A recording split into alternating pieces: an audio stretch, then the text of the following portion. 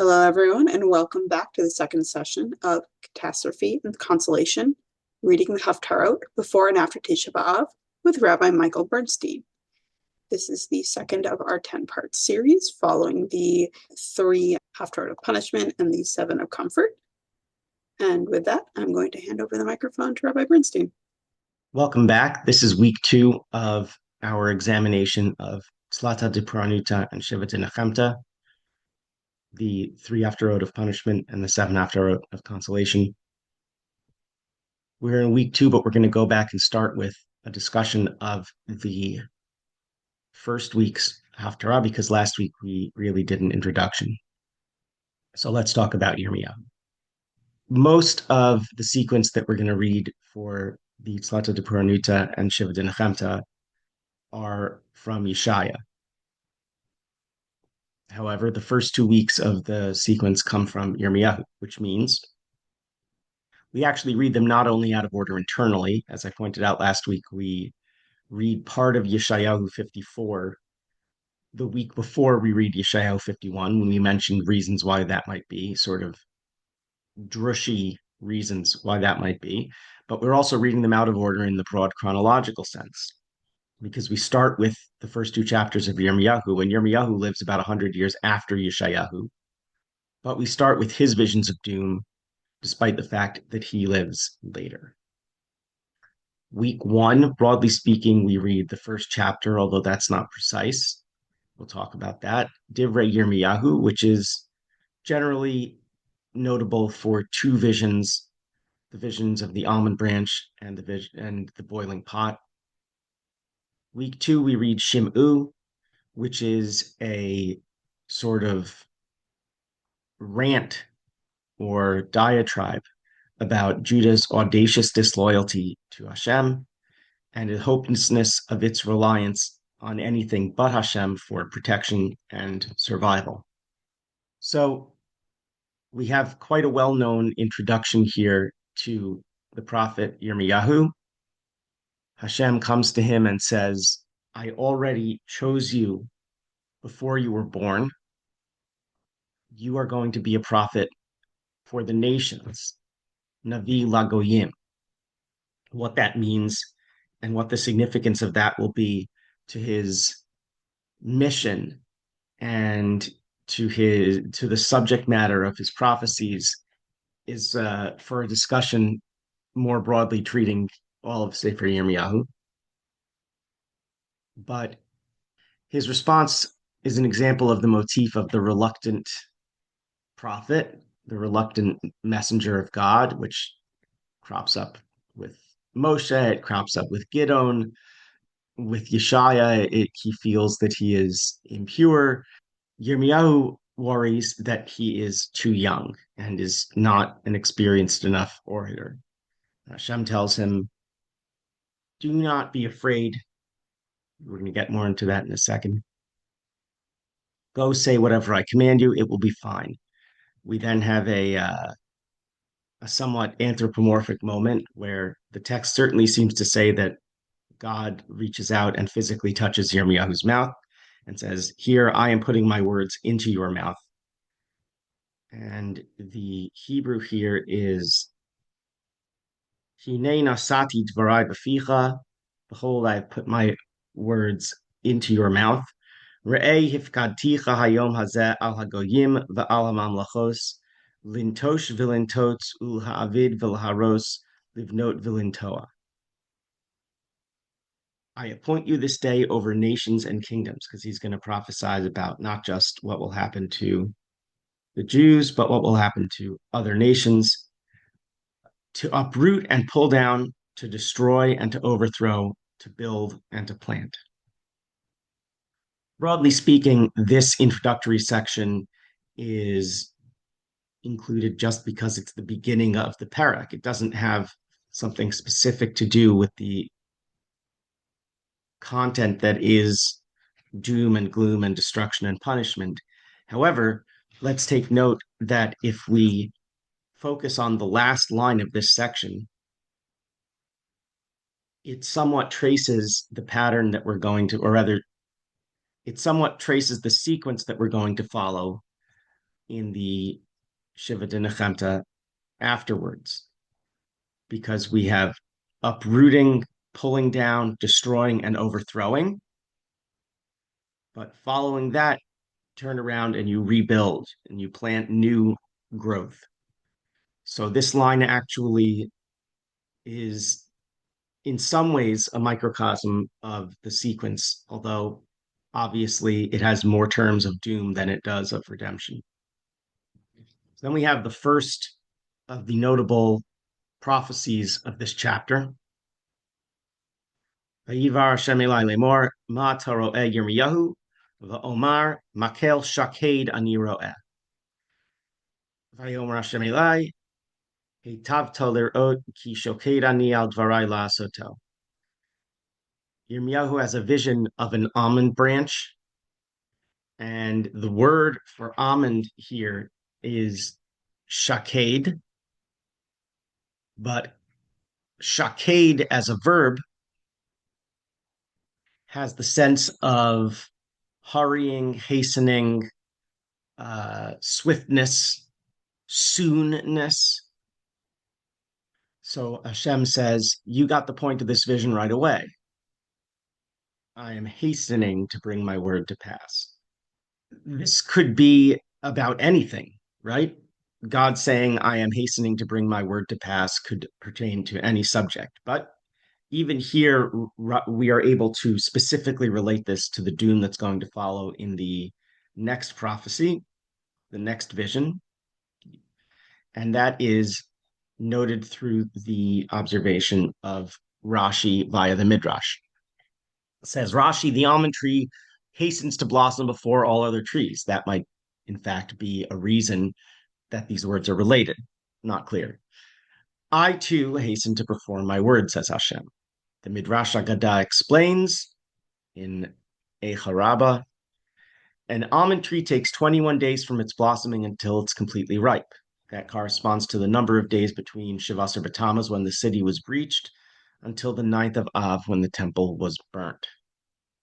So the use of shaked here is not just an intentional wordplay, but it may have a deeper, perhaps midrashic sense that the actual interval of production of an almond tree from blossoming till ripening corresponds to the time that it took for the city to be destroyed, corresponds to the time it took from when the city was breached until the Beis Hamikdash was burnt down.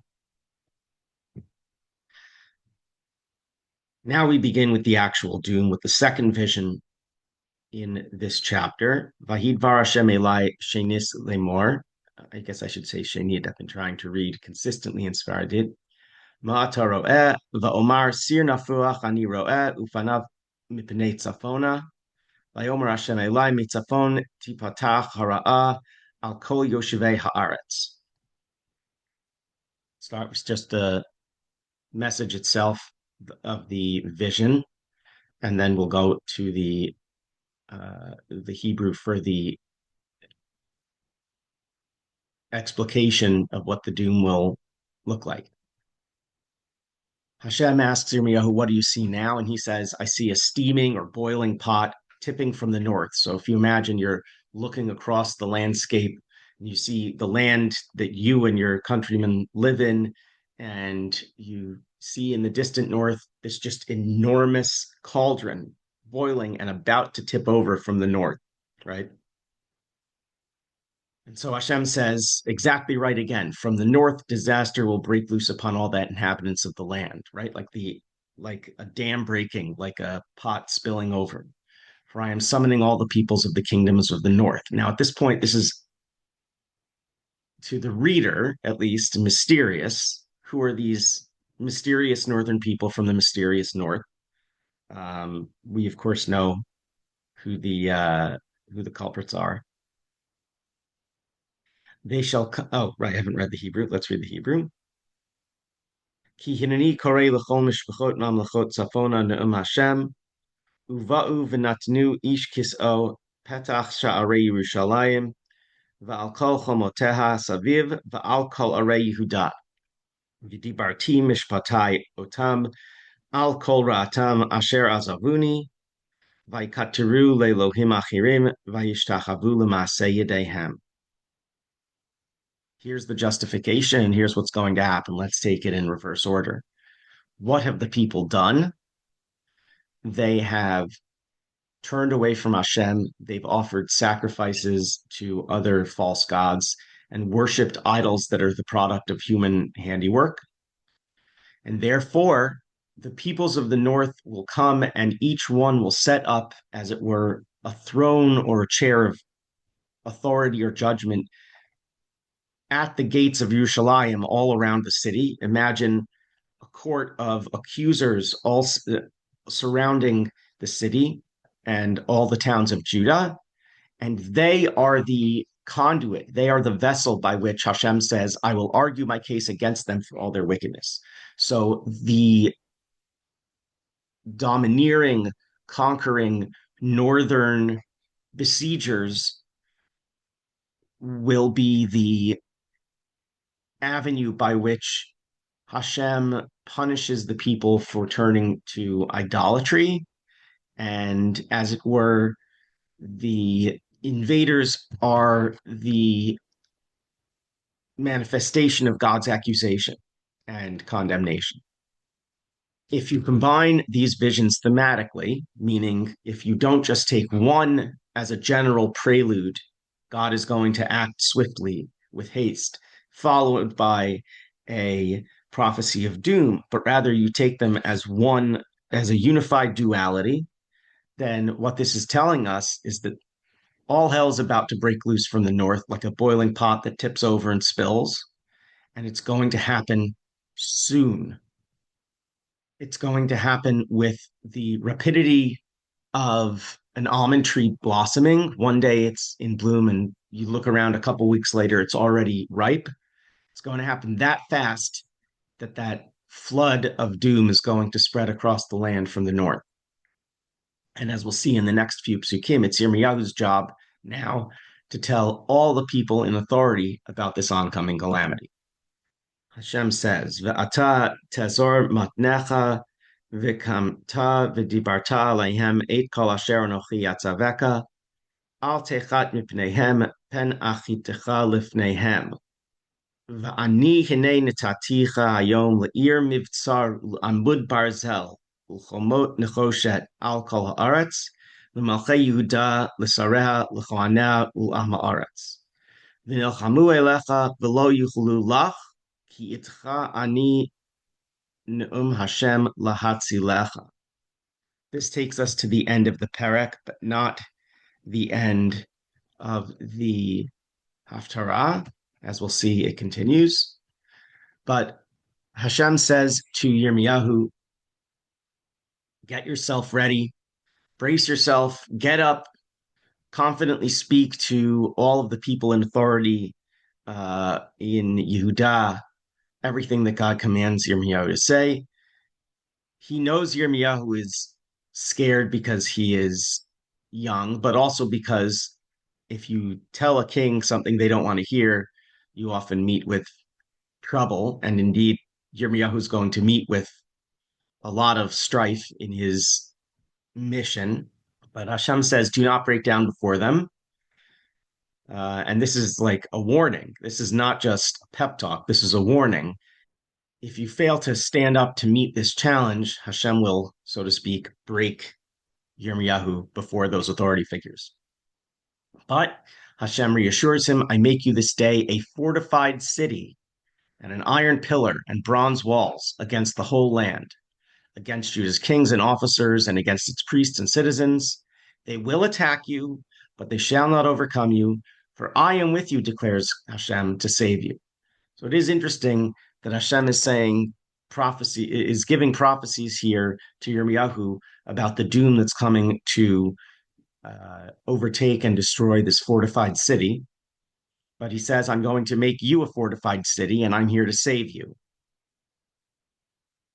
Right. Let's keep in mind that he describes Yirmiyahu here as a fortified city. and that he emphasizes that he will be there to save him as we look at the next piece here. Quite a famous passage at the beginning of chapter 2. Vahidvar Hashem Elai Lemor, Haloch v'karata ba'aznei Yerushalayim Lemor, Kol amar Hashem zacharti lach chesed ne'urayich, ahavat kulotayich, lechtech acharai bamidbar, be'eretz lo zru'ah, Kodesh Yisrael Hashem Reshit Tivu Ato, Kol Ocholav Yetshamu, Ra'ah Tavo Aleihem Ne'um Hashem. The word of Hashem comes to Yirmiyahu and says, go tell Yerushalayim, the authority figures therein, the citizens thereof. I accounted to your favor the devotion of your youth, your love as a bride, how you followed me in the wilderness, in a land that wasn't sown. Israel was holy to God, the first fruits of God's harvest. All who ate of it were held guilty. Disaster befell them, declares Hashem. So this is a flashback to when the relationship between the Jewish people and God was new and full of potential, and a little bit of elision is happening here, because when they follow Hashem in the wilderness in a land not sown, they were not exactly the most devoted people all of that time, as in other portions of Tanakh. But this is a backward-looking, glowing, almost bittersweet, heartache-infused formulation, because what's going to follow this for the rest of chapter 2 is terrible betrayal and the dispelling of that rose-colored glasses type glow of the backward-looking reverie, thinking of how it was when things were new and good. One of the things that Yirmiyahu emphasizes here in this prophecy is that Bnei Israel were special and holy to Hashem, and anyone who tried to mess with them, disaster befell them, declares Hashem. Now, you've probably gotten ahead of me if you've been reading on the slide, but let's ask the obvious question. This is where the first week's Haftarah ends. Why doesn't the first week's Haftarah end at the end of chapter 1? And then the next week is going to be the rest of chapter 2. Why don't we start the second Haftarah at the beginning of chapter 2? So these Pesukim reiterate God's protection, right? God promises to protect Yirmiyahu like a fortified city. And then we read about how Hashem protected the Israelites when they certainly were not fortified like a city. They were vulnerable in the wilderness with no walls around them and operating strictly on faith to walk through the wilderness, totally exposed to not be destroyed. So this is a thematic follow-up or a thematic continuation of what has come before at the very end of chapter 1. That at least is my perspective on why we read those Pesukim with week 1 and not with week 2. There are certainly other explanations, but that to me is, I think, the most straightforward. It also means that we get to begin week 2 with the actual content of the condemnation, and that is the beginning of Shim'u. Shim'u Dvar Hashem, Beit Yaakov v'chol mishpachot Beit Yisrael, Ko amar Hashem, ma matzu avotechem bi avel, ki rachaku me'alai vayelchu acharei hahevel vayehbalu.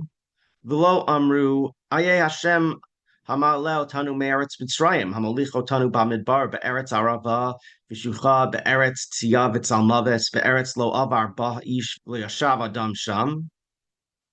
Va'avi etchem el eretz ha'karmel le'echol pirya v'tuva, v'tavo'u v'tatam'u el artzi v'nachlati samtem leto eva. HaKohanim lo amaru ayeh Hashem, v'tovsei haTorah lo yida'uni, v'haro'im pash'uvi, v'hanvi'im nib'u v'ba'al, v'acharei lo yo'ilu halachu. After remarking glowingly how he remembers the devotion that characterized the early days of the relationship with Israel, he asks, what happened to that devotion? What wrong did your ancestors find in me, says God to the Jewish people living in Judah, that they abandoned Hashem and went after delusion? Didn't they ever ask themselves, well, what about Hashem, who brought us out of the land of Egypt and brought us through the wilderness and all of the terrible risks and pitfalls and dangers and perils of the wilderness? And not only that, but you never wondered about the God who brought you to this country of farmland to enjoy its fruit and bounty. Instead, you came and defiled my land. You made my possession abhorrent. In other words, the people weren't thinking about the historical good of what Hashem did for their ancestors, bringing them out of Egypt and bringing them through the wilderness and bringing them to Israel. And they also weren't thinking about the present, this land of fruit and bounty that they are enjoying, that it was thanks to Hashem. Instead, they turned to the idols and made this gift that Hashem gave to the Jewish people abhorrent. The priests never thought to ask themselves, where is God? They're the ones who are supposed to be the keepers of the law and the ritual and the teaching. They weren't thinking about Hashem. The guardians of teaching ignored Hashem, the rulers rebelled against Hashem, and the prophets prophesied by the Baal and followed non-existent gods that can do no good. This, set against the devotion of the previous few sentences, might be an argument to include those few sentences in this Haftarah. As we said, it's a question with a number of suggested answers that are possible. We continue. Lachain od ariv et itchem ne'um Hashem ve'et b'nei v'neichem ariv ki ivru iye ki tiyim ur'u v'kedar shilchu v'hitbonenu ma'od ur'u hein haita kazot ha'hemir goy Elohim v'hema lo Elohim va'ami hemir kvodo v'lo yo'il shomu shamayim al zos v'saru charavu ma'od ne'um Hashem ki shtayim ra'os asa ami oti azvu Makor mayim chayim lachtov lahem boros nishbarim asher lo yachilu hamaya. We continue with this rhetorical question type style of Hashem's accusation. Oh, I will go on accusing you, says Hashem, and I will accuse your children's children. It's a rhetorical flourish. Cross over to the Isles of the Kittim, the Mediterranean Isles, Cyprus, etc. Go take a look. Send to the Arabian Peninsula and go ask anybody.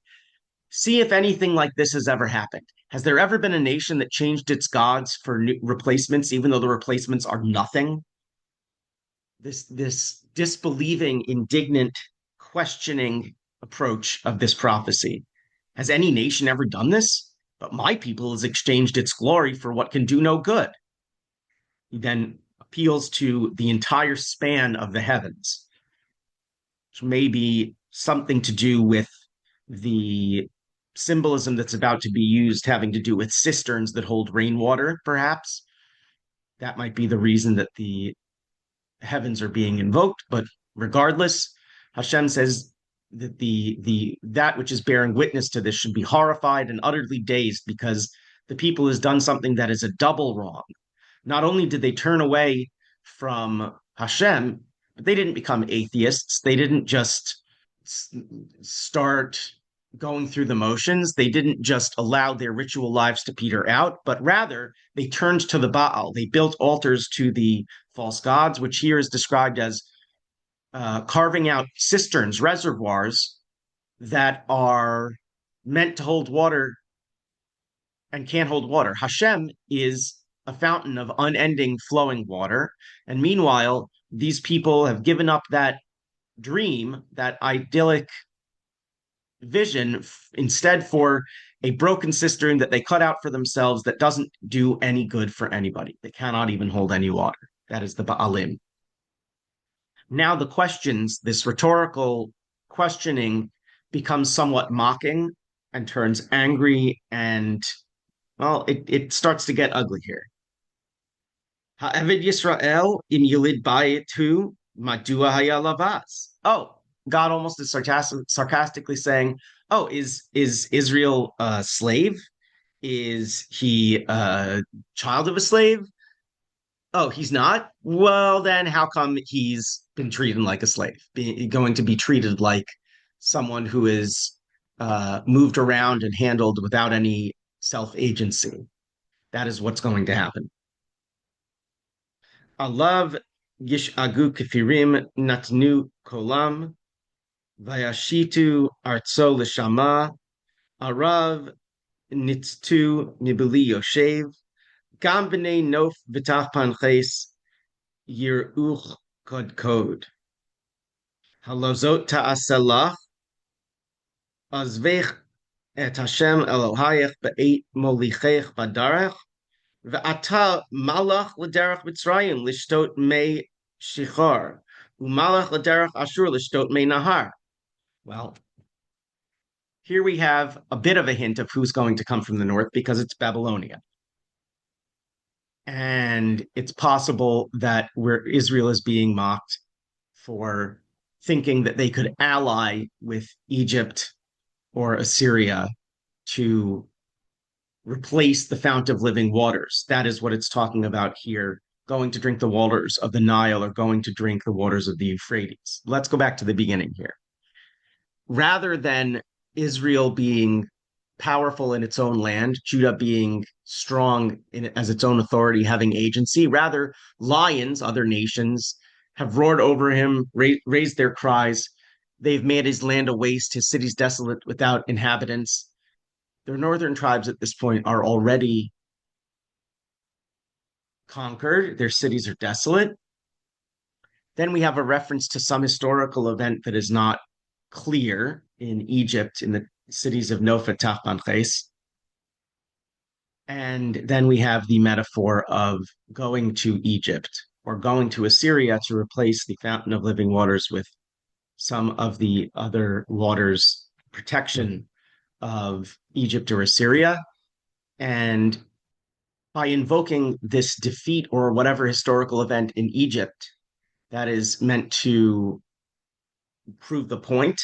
And presumably the early part here describing Israel is talking about the 10 tribes of Israel that were already exiled by Assyria, Sancheiriv, the Assyrian king. So what's going on with Egypt and Assyria here? Let's take a look at some modernish critical study. Nothing too treif. This is from Leslie C. Allen's commentary on Yirmiyahu. So first we're talking about Nof and Tahpanches. This reference to defeated Egyptian hands, citing two cities in northern Egypt, is a historical enigma if it is read in conjunction with verses 14 to 15, meaning the lines about lions have roared over him, have raised their cries, made his land a waste, his cities desolate. That doesn't seem to make sense as a reflection of a historical event that Yirmiyahu is invoking with something that happened in the past. And so Allen observes that the Hebrew imperfect here, Yiruch code, they will do this, can refer to the future. And so if this belongs to one of Yirmiyahu's early prophecies, it represents a premonition of Yoshia's defeat at Paro Necho's hands in 609, and then Yehuda's having to be a vassal state to Egypt. Then not only do Assyrian and Egypt defeats correlate with Yudah's overtures to those powers in verse 18, but the Egyptian defeat gives an objective definition of Judah's future punishment in verse 19. Now we're going to have to move to verse 19 on the next page, but keep that in mind. Both defeats are traced back to the outworking of divine providence in Judah's affairs in reprisal for unfaithfulness to its covenant with God. Here is the right answer in place of the wrong answers of verse 14 as to why Judah incurred its political failures in the past and would do so again in the future. In other words, the answer to all of those mocking questions and the fake answer of, Israel is a bondman, Israel is the son of a bondman, those fake answers are incorrect. The actual answer is that he forsook the eternal Hashem. And finally, in verse 18, rivalry among pro-Assyrian and pro-Egyptian political parties in Judah may be in view. Remember that Yirmiyahu was prophesying not just to the king and the court, but to all those in power and all those with power and resources and wealth in Yehudah. Since already by 616, Egypt and Assyria were allied against the Neo-Babylonians and Medes. And remember, from the north, the danger that's going to come is the Babylonians. A situation earlier in Yoshia's reign may be envisioned. Condemnation of Judah's vacillation between Assyria and Egypt echoes that of the northern kingdom in Hosea, looking for who can be our ally when the ally really should be Hashem. The depiction of the goal as a quest for a plentiful supply of water indicates a search for political and economic survival at a time when Judah's own resources were at a low ebb. The point here in verse 18 is that it is folly to turn away from God, but then depend on Egypt and Assyria to protect against the Babylonians. Those who have already destroyed you and will destroy and have destroyed the other nations around you, and those who will give you a beating in the near future will ultimately turn on you, just as you turned away from Hashem to depend on them for protection, and you will be destroyed from the north. So let's go on with the rest of this criticism. Tiasarech ra'asech, umshovosayech tochichuch, ud'i uri ki rav amar azvech et Hashem Elokayech, v'lo pachdasi elayech ne'um Hashem Elokim tzva'od. Ki me olam shavarti ulech nitakti mosrotayech, vatomari lo e'avor, ki al kol giv'a gvoha v'tachat kol eitra anan at tzo'a zona. V'anochi netaticha sorek, kulo zera amet, ve'ech pacht li surei hagefen enochriya. Let's stop there for a moment. Let your misfortune reprove you, let your afflictions rebuke you, meaning you deserve it. Mark how well and bad and bitter it is. Mark well how bad and bitter it is that you forsake Hashem, that all for me is not in you. For long ago you broke your yoke. You'll notice in the Hebrew that it seems to be saying, Shavarti ulech nitaki mosratayach. I broke your yoke. I tore off your bands. For reasons that having to do with style, it is likely that this is a way of euphemistically saying you did it, if not euphemistically, perhaps poetically in some other respect. The fact of the matter is there are those who read these Pesukim and translate it, I broke your yoke, I broke your bands. But the explanation we're going to go with here is the one that reads it as referring to the addressee. Because what it's saying is that that Bnei Israel broke off their yoke of responsibility to the mitzvot, tore off the bands binding them to Hashem, and declared that they would not work toward the relationship with Hashem.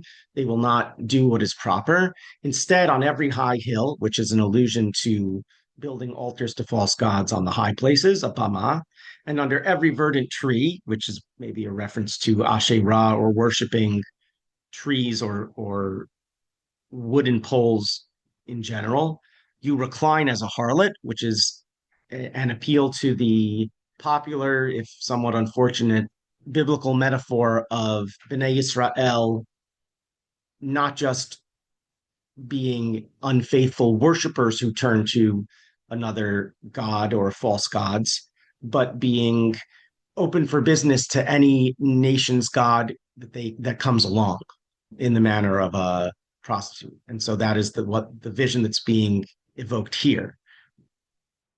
The metaphor here may also have something to do with temple prostitution. If you consider that, you go to the high hill, there's an altar there, maybe there's a temple. Temple prostitution is a thing in Canaanite religion, perhaps. God says, I planted you with noble vines, with the choicest seed. Alas, I find you changed into a base alien vine. This is a metaphor of a farmer or other planter who has top of the line, choice seed, genetically excellent, pure stock. and they plant it and they water it and it gets, it grows and grows, and they come and they find it changed into something not right, something cheap, something unexpected and different from what was planted. So, in other words, the work that Hashem put into the relationship with Bnei Israel blossomed Bnei Israel not into the tree that, or the vine that Hashem was expecting based on the work that Hashem put in, but rather it produced something that was alien and undesirable and turned away from him. And so there will be no way to scrub this wrongdoing clean. Ki im techabsi baneter v'tarbi lach borit nichtama vonech lefanai ne'um Hashem Elokim eich tomari lo nitmeti acharei ha'ba'alim lo halachli re'i darkech bagai de'i me'asit vikra kala misarechet dracheha Pere limud midbar ve'avat nafsha shafa ruach ta'anata imi yeshivena kol mevaksheh lo yi'afu v'chadsha yimsanuha. So Hashem says you can wash with as much detergent and chemical cleanser as you want, but that guilt is ingrained before Hashem. It's a stain that can't be cleansed. More rhetorical questions follow now. How can you say, I'm not defiled, I didn't go after the Baalim? Look at the deeds you did in the valley. Consider what you've done. This is a reference to perhaps Molech worship or some other kind of worship that would happen in the valley. It's kind of obscure in this pasuk here. It doesn't specify, but clearly it means you've done idolatry in the valley. There's no way to deny it. Like a lustful she-camel restlessly running about, or like a wild ass used to the desert, snuffing the wind in her eagerness, whose passion none can restrain. None that seek her need grow weary. In her season they'll find her. We'll talk about that last line in a minute here, but the actual imagery here, again, overlaid with that same lust that's in the harlot imagery, is even more focused on the roving eye, the roving religious theological eye of the people, turning to one false god after another, turning to whoever and whatever to replace Hashem, seeming to have an unending passion for replacing Hashem. And then it says, none that seek her need grow weary. In her season, they'll find her. Let's talk a bit about this on the next page. Min I raglech mi yachef ugronech mitzim'ah vatomri no ash lo ki ahavti zarim v'acharehem elech. So this is addressed to the people, saying, you could save yourself wearing out your shoes, and you could save yourself going thirsty, questing after this, but you say it's no use. No, no, I love these strangers. I love these strange gods. I have to go after them. This goes with what precedes just before. Let's read Alan again. The second animal metaphor bears a sexual import. It develops the camel's aimless chasing around into a fuller image of the sniffing of the female ass in heat to pick up a male scent and track it down. The scathing application to a human search that is ready to wear out sandals and endure thirst uncovers a passionate obsession. In other words, God says, you love these false gods so much that you would wear out your shoes searching and go thirsty like fixated animals in heat in pursuit of them. You would just aimlessly chase after them. But you're chasing after them to, as it were, mate. What happens to an animal in due time after mating season? None that seek her need grow weary. In her season, they'll find her. God says you will ultimately end up as easy pickings for your enemies, like an animal at the end of gestation is vulnerable to predators and hunters. These animals seeking out mating partners, so to speak, instead of Hashem, metaphor gets a bit mixed.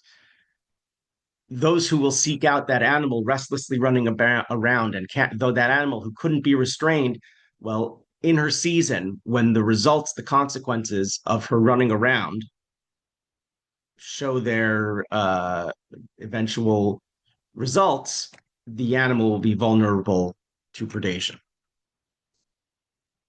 And now we have another metaphor that we are going to turn to. Kivoshet ganav ki yimatzei kain ovishu beit Yisrael. Hema malchehem sarihem b'choanihem unviehem. Omrim la'etz aviata v'la even at yilid tanu.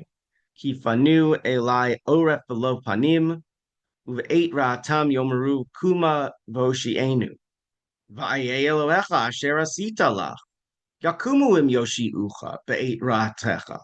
Ki mispar arecha hayu Elohecha Yehuda. So just as now we've established this guilt in Bnei Yisrael, we're going to discuss that guilt in terms of being caught with evidence. Like a thief shamed when caught, so is the house of Israel shamed. They, their kings, their officers, their priests, their prophets, all these people who should have known better said to idols made of wood, "You are my father," said to idols made of stone, "You gave birth to me." In other words, "You are my mother." Meanwhile, to actual Hashem, they turned their backs, did not turn their faces to him. Now, in their hour of calamity, or when their hour of calamity arrives, they will cry, "Arise and save us." And Hashem says, "Where are those gods you made for yourself? Let them come and save you. It's your hour of need. Let them come and do it if they can. You have a lot of gods. Your gods have become as many as your towns." This is a bit dripping with sarcastic acid, this mocking accusation of Hashem. Now, that is the end of the portion of chapter 2 that we read. Chapter 2 does continue for another several psukim until verse 37. However, we do not continue the Haftarah with those verses. There are different practices as to what comes next. The Ashkenazim, and the dominant practice in most printings that you'll see, will include verse 3-4, Gimel Daled, which is Halo me'ata karata li avi aluf urai ata. Just now you called to me, "Father, you are the companion of my youth." Okay? Svardim and some other traditions instead append the first two psukim of Perek Daled. Im tashuv Yisrael ne'um Hashem elai tashuv v'im tasir shikutzecha mipanai v'lo tanud v'nishbata chai Hashem be'emet b'mishpat u'v'tzedakah v'hitbaruchu vo goyim uvo yitalalu. First of all, we're going to make the same note. Again, there's some pronoun transmutation going on. Before we had shavarti uleich, and we read it as shavarta uleich. Here we have v'hit baruchu vo goyim, and we're going to read it as v'hit baruchu vach, as we'll see at the end of this translation here. One thing I want to make note is that when it says that the people are v'lo tanud, that is a term for wandering, which does call to mind the restlessly running about imagery from the end of chapter 2 that we talked about.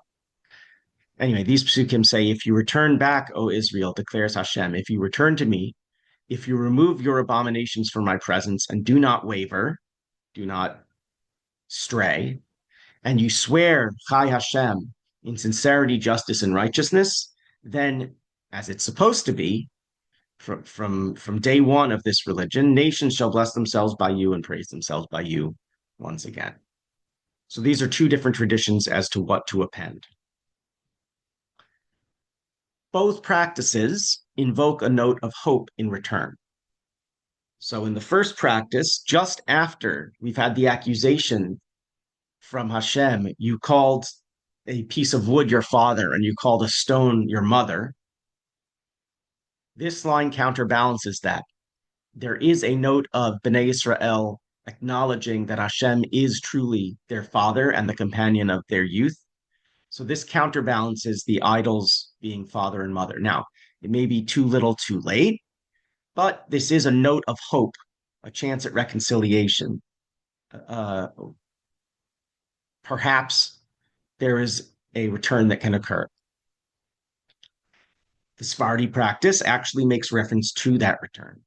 If you return in sincerity and justice and remove the abominations, Bnei Israel can return to a state of blessedness and blessing, at being an avenue of blessing to other nations, if they turn away from idolatry and injustice as sharply as they once turned away from God. So each of these practices turns the Haftarah from ending on a note of, where are your gods you made for yourself? Don't you have as many gods as you have towns?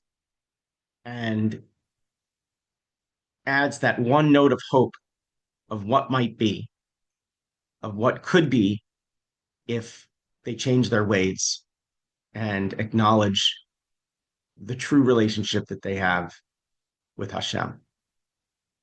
We will pick up next week with the discussion of Chazon Yeshayahu ben Amos.